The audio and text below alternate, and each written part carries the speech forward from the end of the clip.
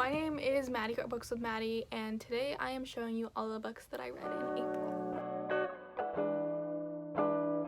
Okay, welcome to the part of my channel that happens every year that I like to call I'm sorry for whatever I say and the energy that I purvey,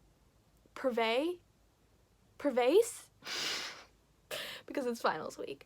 That's what's going on right now with me. But I know I'm not the only one, so good luck all my homies out there who are also dealing with finals.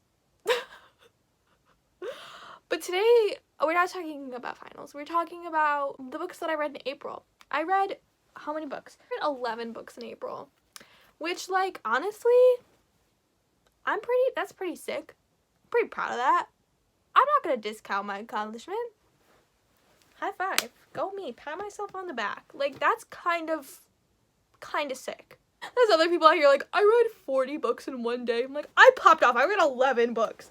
Anyway, before I get into the books that I read in April, I wanted to take a quick moment to talk about Great or Nothing by Joanne McCullough, Tess Sharp, Caroline something, and Jessica Spotswood. This is a arc that I read last month. It came out March 8th, but then I somehow completely skipped over it in my March wrap-up. This is a historical fiction novel. It is a retelling of Little Women, but it takes place in World War II. 4 different authors, each of them writes a different sister's narrative. So there's 4 sisters in Little Women: Meg, Jo, Beth, Amy. Different authors for each of them. I gave this book 5 stars. I absolutely loved it. I highly recommend it to everybody. It's so good, especially if you're a fan of Little Women. I personally have not read Little Women. I know that makes me a terrible person, but I've only seen the movie. But it's my favorite movie of all time. So I personally loved this book. I thought it was fascinating how they transferred the events of Little Women into a World War II narrative. There's a queer narrative. Like, I'm telling you, y'all, this book is a banger. So that's all I wanted to say for that. I thought it was phenomenal. If you have the opportunity to read this book, please do, because it's so good. Okay, next we're going to talk about the books that I read in April in the order that I read them, because apparently that's what I do now. So basically, I'm going to start now. The first book that I read this month was Batman Nightwalker by Marie Lu. I got this for my deck of TBR in April. Duh, that's why I read it in April. This is the second book in the DC Icon series. Each of the books in the DC Icon series is written by a different YA author. It follows Bruce Wayne? Bruce Wayne. It's been a minute since I read this book. It follows Bruce Wayne before he was Batman. So it's like him as a child. He's probably like 16, 17-ish in this book. So he's in high school. He's in high school in the book. And the entire story is kind of surrounded by, he kind of commits a crime, but it's not really a crime. He's 18, because that's when he inherited his family's fortune. Anyway, he makes an impulsive choice and is sentenced to community service at Arkham Asylum, where he meets somebody named Madeline Wallace, and she's a killer, but she's also brilliant, and she will only speak to Bruce, and he has to kind of figure out her secrets, figure out what's going on with this whole crime gang that she's a part of, and figure out what's going on.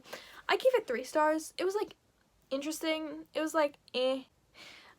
If you are a big fan of Batman, maybe you would care about this. I have never seen a Batman movie in my life, and I don't plan to. If you do, though, you might like this. If I had never read it, I don't think I'd be missing out on anything. Sorry, that was kind of mean. I literally am obsessed with Marie Lu, so I was really surprised that I didn't like this, because I love the Wonder Woman one. I don't think it's just superheroes I don't like. I don't know what it was. It was okay. It was fine. Anyway, sorry to offend anybody with my Batman opinion. Next, we're going to talk about Call Us What We Carry by Amanda Gorman. This is a poetry collection, and it's great. I gave this 4 stars. This was very, very nearly a 5-star for me. I loved, the first half of it and, the last quarter of it. But there was, a section, about 3/4 of the way through, where she did this thing where she took, I don't know, I hope I get this right. She took letters and notes and things like that from people, historical people, and kind of parsed them apart to make a poem. And it's kind of like blackout poetry, I think. I don't know why I didn't like it. Something about it, I couldn't really get into. It wasn't like I had a problem with it. I didn't like that style of poetry. I don't like poetry. Like, I feel like I make this pretty well known, pretty clear that I am not a fan of poetry, especially modern poetry. I don't like it. So 4 stars is a very high rating for me. So I did absolutely love this book, and I would highly recommend it, like, to literally everybody. It talks a lot about the experience of living through a pandemic, especially in the first half of the book. And so if that is a triggering topic for you, because I know we're still dealing with the repercussions of that, I wouldn't super recommend reading this. I did cry while reading this. Like, this is an emotional book. It really makes you reflect on the past, like, 3 years that we've lived through. It's interesting to reflect on, and I think Amanda Gorman's Call Us That We Carry is a great tool to use to reflect upon not only the pandemic, but the events that occurred in the past 3 years, because there were a lot of events that occurred. Okay, next I'm going to talk about Ain't I a Woman by Bell Hooks. This is this is such a good book. Bell Hooks has written a lot of things in her life, and I have not read all of them, but this is my favorite thing that I've ever read from her. She was an activist, she was a writer. In this book, she basically moves through race and gender and all of the different facets that those two identities contain. So she talks about the relationship between white men and white women, black men and white women, black women and white women, black men and white men, black women and white men. Did I get them all? All of those. Like, all of the different combinations that you could possibly have of white people and black people and men and women. She talks about how all of those relationships are different and all of those identities intersect differently, and how a lot of the things that we chalk up to racism could actually be more accurately defined as sexism, and if we more accurately define them as sexism and kind of mold the two movements of racism and sexism together, we will create a more beneficial and productive movement that moves farther towards equality. We need to tackle patriarchy on top of white supremacy in order to create an holistically beneficial movement, because a lot of the movements, including white feminism, do not benefit women of color. None of those have been created in order to benefit black women. And she talks about all of the facets of that and how that occurs and why that is. And it's very, very, very, very, very, very, very interesting. It makes you think a lot. It makes you think a lot. And about how all of these ginormous figures that we, like, praise and treat as, you know, incorruptible were very corrupt. Like, Elizabeth Cady Stanton and Alice Paul, like, I mean, I guess we've heard about how they were white feminists and they kind of only supported rights for, like, white middle-class women, but also people like Malcolm X and Martin Luther King supported, like, the black patriarchy. And so, like, sexism and racism go hand in hand so often, and we like to think of these as two completely separate ideas, and Bell Hooks brings those together. She talks about the intersections, how they are separate identities and deserve to be treated as separate identities and separate issues, but also need to be blended together in order to encapsulate all of the people that are within that identity. Because right now it's just benefiting a lot of men. Okay, that was an amazing book, and I read it for my Black Feminist Thought class, and blew my mind. Next is Little Fires Everywhere by Celeste Ng. I'm obsessed with this book. I'm obsessed with this book. I'm obsessed with this book. I'm obsessed with this book. I don't know how else to say it. I gave this 5 stars. It earned a rank on my top 10 of all time. This is one of my favorite. This will be one of my favorite books of the year. This will be in my top 10. If it's not, I will have read some amazing books, because this is one of the best books I've ever read in my lifetime. This book goes beyond the bounds of just commenting on class and race and gender.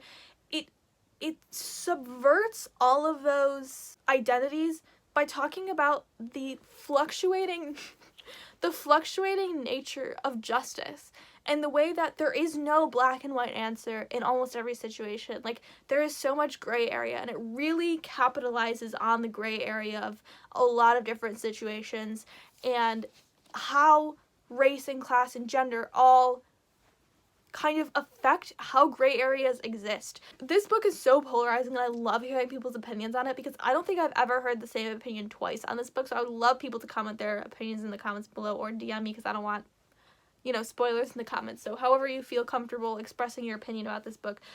I think it's one of those, like, books that really makes you think. It's like, what do I actually believe about this? And does it matter what I believe? Like, how will I affect the gray area? How can somebody affect the gray area? And what is the right thing to do in the gray area? Is there a right answer? Is one option better than the other? Are there two equally good like, there's so much to think about. I want to hear every single perspective on this book. So if you want to discuss this book, reach out to me anywhere. Send me a letter, like, send me a carrier pigeon, I'll respond. I'm obsessed with this book and I want to talk about it. And I read it for my book club, and so we've all been debating and discussing, and we all have such different opinions, and I love it.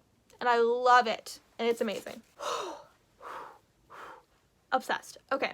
Next I'm going to talk about Moby Dick by Herman Melville. On a real downhill turn, we're going to talk about Moby Dick. So, Moby Dick is a classic about a whale. I had to read this for my American Novel to 1900 class. I DNF'd it. I mean, are we surprised? I'm just this year accepting that I'm allowed to DNF books, so, like, if anybody says something mean about me DNFing a book, I don't know what I'll do. I'll be so heartbroken and I'll turn around and I'll finish these books. This is only the second book I think I've DNF'd this year. I read through a majority of it. I think I got through like 85% of it. And then I was like, I cannot physically keep reading this book about a freaking whale. Like, there's good stuff in this book. There are chapters of this book that I was really hooked and really engaged, and I was like, Herman Melville is actually doing a really good job making racial commentary. I don't hate Herman Melville as an author. I think he actually, like, for his time, did a pretty good job commenting on white supremacy.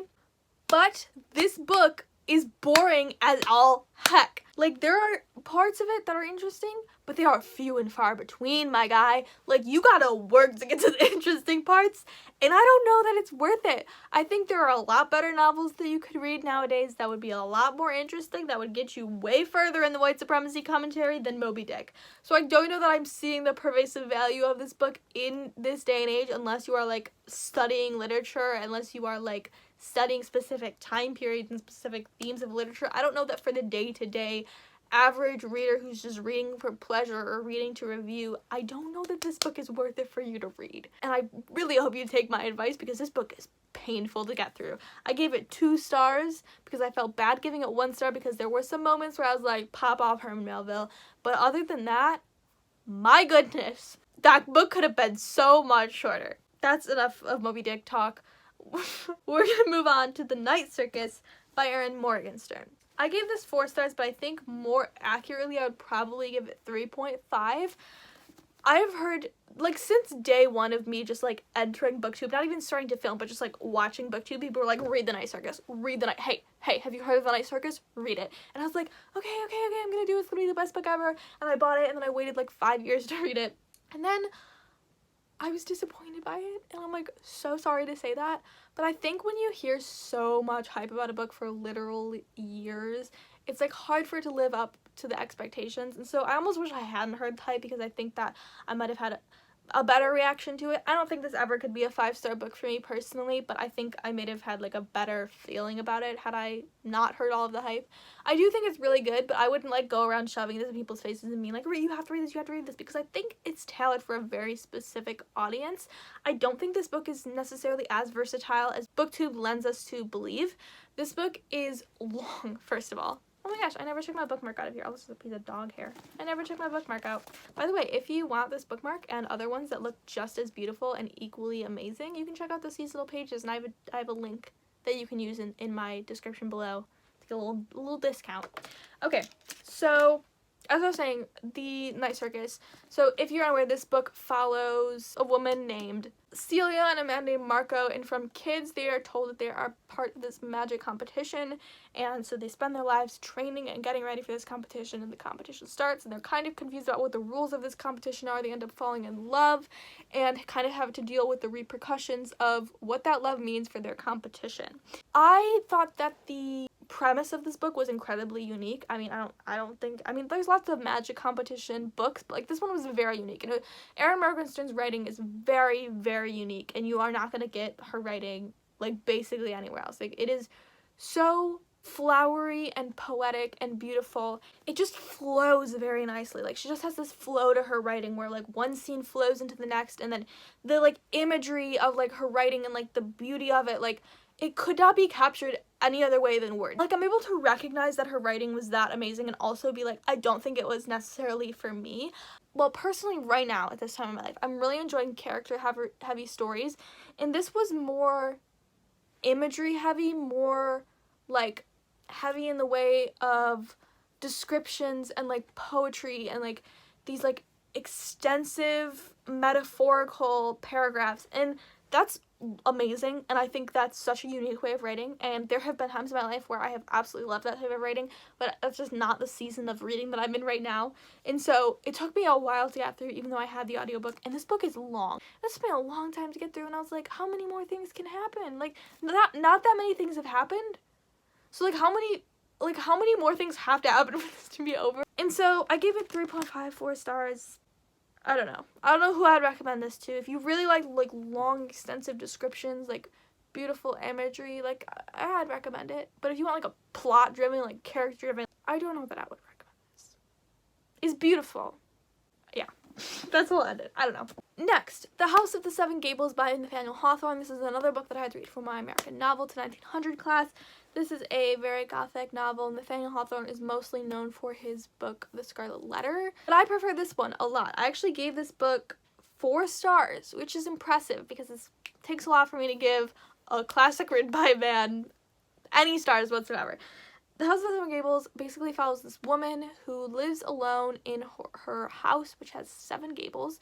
There's like this big family history, and she inherits this house, and in order to, keep her livelihood, she opens a little shop at the front of the house, and she's kind of like selling things. It kind of reminds me of like a drugstore, like a pharmacy type, but not like medication though, like a Dollar General type of vibe. I don't know, she kind of sells like a little bit of everything. She's like very cranky and old and kind of cynical, and then her like 3rd cousin or something ends up visiting, who's like this bright, cheery girl who like fixes everything, and then her brother ends up coming, who was in jail for 30 years. It kind of just follows their story.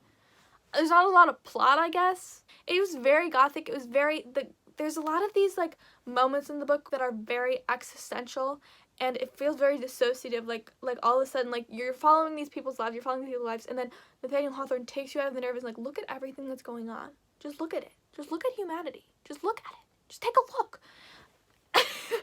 And it's very strange, and there's like these long paragraphs where he just talks about humanity and just like what's going on. That was my favorite parts, interestingly enough. Okay, now we're gonna talk about my least favorite book that I read so far this year.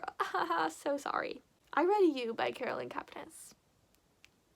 You're a You fan of a TV show, of the book. If you have strong feelings about this book, I would recommend you leave, because I'm about to roast this book.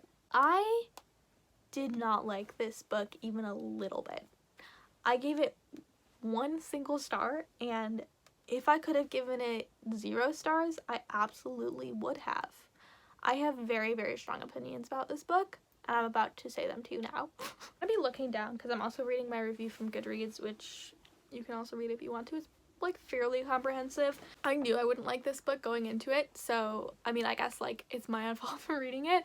This was a book that I got for a prompt on deck of TBR that said like read a book from somebody else's shelf, and so I texted my friend and I was like, what's the book that you want me to read that's from your shelf? And she's like, You. I actually didn't read the book from her shelf. I ended up listening to the audiobook because I was like, if I have to read this book, I know I'm never gonna get through it. So yeah, I'm just gonna go over some of my thoughts of this book. If you are offended, I'm so sorry. So, I understand why people like this book. I understand the fascination that people have with being inside the mind of a serial killer and, like, going through his psychological process and, like, the deep and the twistedness of it. Like, I don't have a problem with that. I don't have a weak stomach. I don't mind gore. I don't mind horror. I don't mind murder, okay? I'm fine with that. I've read horror books before that have had gruesome, like, I actually love body horror. I think it's such an interesting way of using the horror genre to have social commentary. I don't mind horror, I don't mind gruesomeness, I don't mind murder, okay? I don't mind true crime, I don't mind thrillers, I don't mind mysteries. I mean, they're not my favorite, but it's not like my personal preference is that there be no murder. There be no crime. Like, I'm fine with it, okay?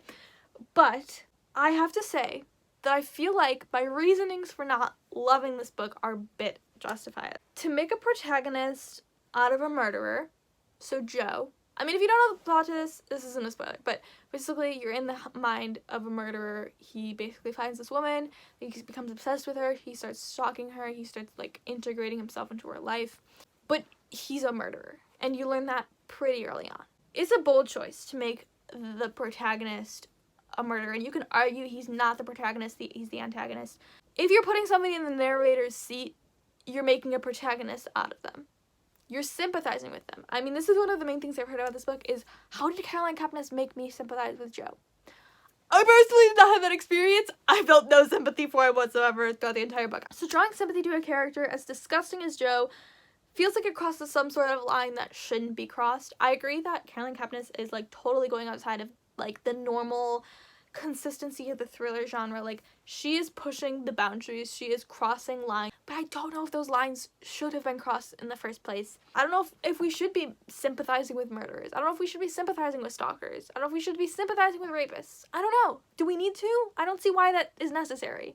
Mostly, though, the book gets a 1-star rating for the subject matter. I don't talk about this, like, ever on my channel especially, but, like, I used to have a stalker. So, like, this is, like, a little bit personal for me, I guess. Like, having a stalker is, like, pretty wild. And so, like, you don't love to be like, wow, I can't believe I'm reading this fictional book where an author put me in the position of a person who stalked me. Like, you know what I mean? Like, it's just, like, I never wanted to be the head of the person who stalked me. I've never wanted to know. I've never wanted to sympathize. So it's not something easy to read about. I can't seem to understand the desire to read about it or write about something like that with such gruesome detail. I mean, Caroline Kepnes, girl, she went into detail. She went into detail. It was in her monologue. I wasn't curious about that beforehand. There's a distance between a thriller that features crimes such as stalking and murder and a thriller that capitalizes and exploits those experiences. And this was my big problem with it. I felt like it capitalized and exploited this experience of stalking in order to create a nuanced thriller that pushes the boundary of what a regular thriller does. I felt like she was doing it for shock value. She was like, guess what all these thrillers do? They tell you that people get stalked, they tell you that people get murdered, but I'm going to show you from the narrative of the person, and it's going to be shocking. And so we all bought it for the shock value. And then I'm sitting here realizing that she capitalized and exploited this experience. This novel has proven to me that pushing boundaries is not always a good thing. Between the extremely erotic descriptions and thinly veiled misogyny that goes on beyond Joe's own inner dialogue, this book was bound to receive nothing more than a 1-star review from me. I would love it to hear more about your thoughts on this in the comments below. I don't know how many other people have the same opinion. I know other people found this book disgusting, but, like, the exploitation and the capitalism, where can we start? Where can we end with that? I think we've talked a lot about this with sexual assault, about books capitalizing and exploiting sexual assault, but I think there's other experiences that also get capitalized and exploited a lot. I think this book is doing that with stalking, and I didn't necessarily appreciate it. I felt like, why does he get the chance to say his piece? You know what I mean? Like, why would he ever get the chance to say his piece? Why are we giving stalkers that platform? Not that we're giving all stalkers that platform by Caroline Kepnes writing 1 book, or I guess she wrote 4, but, like, I'm not saying it's giving all stalkers, but I just mean, like, I don't know, it felt icky to me, it felt gross. I was like, ugh, I don't want to, I feel like I'm doing something wrong by reading this book, because I feel like I'm supporting some kind of this, like, cycle of stalker abuse. Like, I don't want to be a part of that. Anyway, that's my opinion on it. Ugh. I don't like it. It makes me feel yucky even thinking about it. I'm not going to continue with the book series, and I'm not going to watch the TV show. In conclusion. Moving swiftly along to some great books. Book Lovers by Emily Henry is the next book we're talking about. This is a 180 from you. This is a light-hearted romance. This book just came out in May. I was so lucky to receive an ARC of this early, and I absolutely loved this book. This is my favorite out of Emily Henry's 3 adult romances that she's written. If you didn't know, she also wrote Beach Read and People Meet on Vacation. This is her 3rd adult romance, and I loved it. I loved it so freaking much. Okay, it follows a woman named Nora Stevens, who is a literary agent, and a man named Charlie Lestrade, who is a literary editor, and they're kind of like enemies, and they're like kind of like, they're both kind of grumpy, and so they're kind of grumpy at each other, and like we don't like each other because they're both grumpy. But then Nora goes on a vacation with her sister and runs into Charlie, and she's like, what are you doing here? And they like keep running into each other, and like, why do we keep running into each other? They end up falling in love. I loved this book so much. I will exclusively only be dating men who are exactly like Charlie Lestraw from now on. I'm obsessed with it. And the way that she did the third act of this book, phenomenal. I can't speak highly enough about this book. I had no critiques. I had only praise for this book. I thought it was amazing. And Emily Henry has this unique ability to use romance. Like, the book isn't written for the romance of it. The book is written because these are real people that she's writing. They're not real people, but they feel like real people. Like, they feel like they could exist outside of the romance. And you know those romance books where it's like they only exist for each other because of each other, and like this character exists only in reference to this character, and this character only exists from. They exist as two separate people, and you know that they could exist without the other one. They're not tied to each other through the romance plot. Like, they are fully fledged people, and it's so good. And Emily Henry is so freaking talented. Anyway, I'm obsessed with her. Now, you've just heard me talk about Little Fires Everywhere. You've heard me talk about Book Lovers. You know how obsessed I am with those two books. Neither of those books are my favorite book that I read this month. I'm coming out of left field right now. What was that? I am coming out of left field right now and telling you that neither of those were my favorite book this month. And I gave both of them 5 stars, but they weren't my favorite books that I read this month. Are you ready for my actual favorite book that I read this month? Maybe I should, because like after I talk about this book, I'm going to a 2-star book. So should I talk about the other one first? No.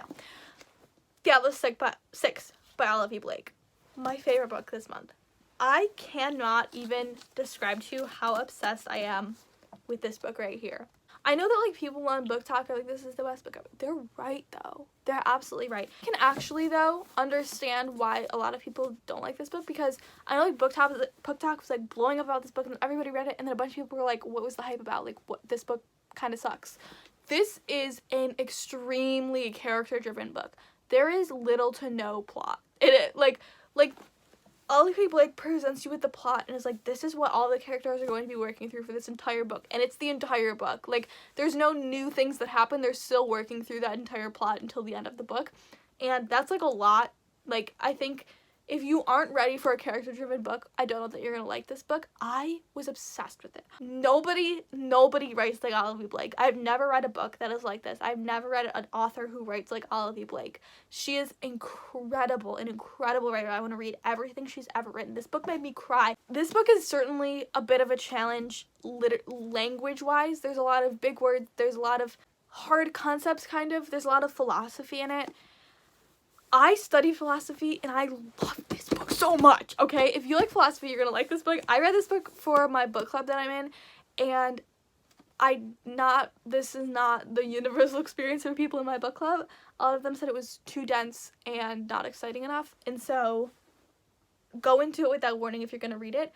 But this is my new brand. The Gables 6 is my new brand. I am genuinely, my heart is captured by this book. My soul is captured by this book. I feel like somebody reached inside of my brain and took all of the elements that would make my perfect book and put it into this book. Like, I genuinely, there were times when I was reading this book and I was like, these are thoughts I could never say better myself. Like, these are thoughts that I could never express, and they're expressed here, and I could never say them better myself. I felt like I was staring into my own soul when I was reading this book at some points. And I don't even know what that means, because it's not like I can relate to these experiences because it's a fantasy book. So I don't know what I mean by that, but I'm genuinely obsessed. And that's my favorite book of the month. Okay, we're kind of ending on a dire note. It's kind of funny also. So, is it funny? I don't know. So, a while back, a couple months back, I went to my Barnes & Noble, and they had this new display, which they no longer have. Barnes & Noble near me. I don't want to say where I am. But you know, if you work at the Barnes & Noble near me, you know me, because I'm there all the time. Bring this back. They used to have a blind date with a book. Is that what it's called? First date with a book, blind date with a book, something like that. Where it's basically a section of books that are all wrapped up in, like, wrapping paper or, like, wrapping paper, I guess. Package wrap, whatever. Like, the brown wrapping paper. I don't know. and then they've written on the outside of the, like, themes within the book, or, like, a synopsis of the book that doesn't give away what it is. And so there was one that was, like, commentary on societal beauty and, like, beauty standards, yada yada, and I was like, I love commentary on society, and this is what I got. Wait, can you read that? Invisible Monsters by Chuck Palahniuk. I learned how to say his name and then I forgot. I don't know where to start with this book. For some reason I thought this book was about romance. No, not romance, robots. Robots, or like aliens or something. It's not. Somebody in my comments last time was like, it's not about robots, but guess what? You're in for a roller coaster, and boy was I not ready for this book. This is Chuck Palahniuk's first book, I believe. It was released in 1999. You'll probably know him from Fight Club.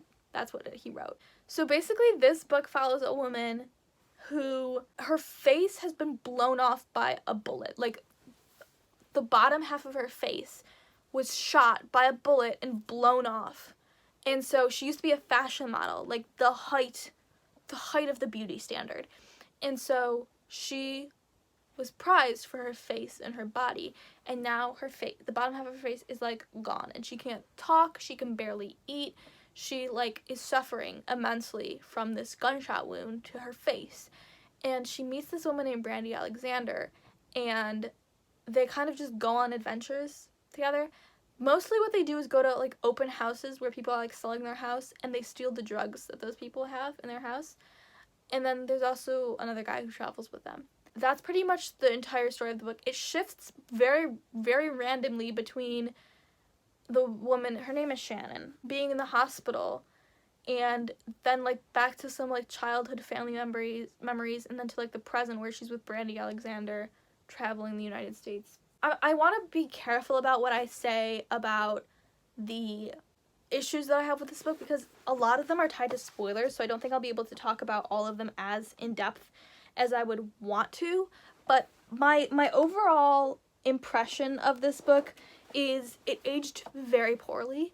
I mean, the reviews I read of it were from like 7 years ago, and a lot of it was like really high praise for this book, but I don't think it would receive half of the praise that it has received if it were published today. It has a lot of shock value, so a lot of the like twists and, you know, experiences in this book are based on just pure shock value, are based on these intense, gross descriptions of body horror and stuff.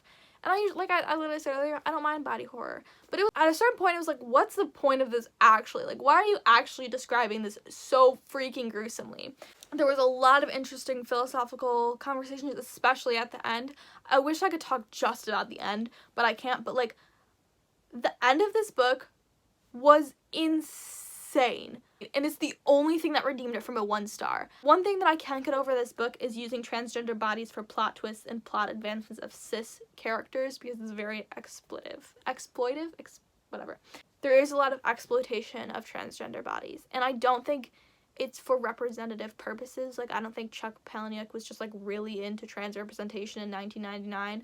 I find that really hard to believe. I mean, I could be wrong. I'm definitely making an assumption there, but like, I don't think that's what he was doing. But yeah, there's a lot of like plot twists which are just like, this person's transgender, and I'm like, that's not a plot twist, my dude. Like, there is some interesting commentary around transness and shifting gender and stuff, but I don't think it's valuable enough to redeem all of the other harmful commentary towards like the trans community. What redeemed this book, though, is the end. The end of this book is, I don't know how to describe it. I think there's a lot of problems in the end. I think there's a lot of problematic elements throughout this entire book, and also it's just like very boring. Like 90% of it is very boring and written very, very weirdly in a very unique style that I did not vibe with. But the end, like, he just starts like the book moves at a very slow pace, and then all of a sudden the pace is like extremely rapid at the end, and it just starts going through all of these philosophical concepts very, very, very quickly, and just like these insane things that I just like have never, I think a lot. I don't know if this has become clear. I don't know how long you've watched my channel, but if you've been watching it for like a significant, you know that I think a lot. I think a lot about a lot of things, and he brought up things that has never even, like, crossed my mind, like, philosophical concepts that, like, they're right there, and I just have never even broached the topic. Like, I can't even fathom how, like, all of these, and I, like, want to read the ending again because I listened to this majority on audiobook, and so I want to go through and, like, think about these concepts at the end because they're very, very, very, like, I need to think about them, and I want to think about them. But he uses trans bodies as a vessel to get to that point, and I think there are other ways he could have gotten to that point. And I don't think 100% of this book is just, like, harmful for trans people. Like, I wouldn't say, like, if I saw somebody reading this book, I'd be like, you suck. You're done. Like, I wouldn't be like that, I don't think. It's not the same as, like, an openly transphobic author, like, being like, trans bodies are not legitimate. Like, it's not the same as that. I think it's weird. I think it's a weird way, and I think it would be very problematic nowadays. I don't think it would receive the praise that it did. It's a weird book, man. It is so weird. And I also think it's weird for a man to be commenting on women's beauty standards. I don't know. That just kind of rubbed me the wrong way, too. I was like, what do you know? What do you know, man? It felt very expletive of not only trans bodies, but of women's bodies. Anyway, I'm gonna end it there. Thank you so much for watching this video. I hope you enjoyed it. I know it was kind of lengthy, but I had a lot to say, I guess. But I really hope that you enjoyed this commentary. Let me know. I said a lot of opinions today, and I really want to know what your response to those opinions are because I love to hear feedback on what you have to say as well. Thank you so much for watching. If you feel so inclined, like and subscribe and comment because it really, really, really, really helps me out. I'm really, really grateful for everybody who has done so far. So thank you so much if you have done that. Do I usually say anything else at the end? I don't think so. I hope you have a great day. I hope you have a great week, and I hope you have a great life, and I will see you very, very, very, very soon. Bye!